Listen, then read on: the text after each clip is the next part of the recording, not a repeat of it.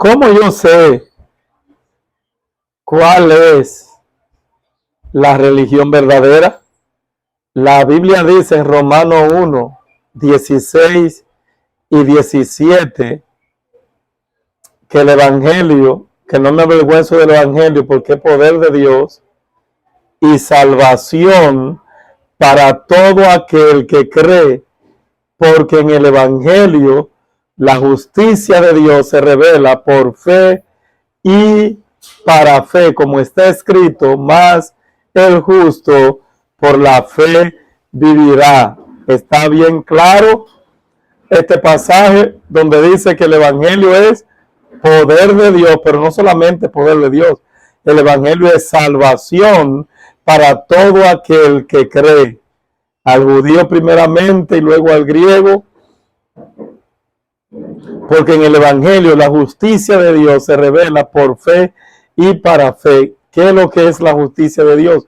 Bueno, que Cristo, la justicia de Dios fue derramada sobre Cristo en la cruz del Calvario, porque tú y yo no podíamos soportar el juicio de Dios, porque un Dios 3 veces santo y su justicia fue violada en el huerto del Edén, y él, un Dios tan santo, no deja pasar su justicia por alto, y alguien tenía que pagar por el pecado que ocurrió en el huerto del Edén. ¿Y quién fue el que pagó? Cristo. Por eso el sacrificio de Cristo fue vicario, o sea, sustituto. Él nos sustituyó a nosotros en la cruz del Calvario. ¿Y qué es lo que hace Dios? En vez de derramar su juicio sobre nosotros para hacer justicia, lo hace sobre Cristo. Entonces tú y yo somos salvos cuando Él nos trae, cuando venimos a Él en arrepentimiento y fe, no por nuestra propia justicia, sino por la justicia de Cristo.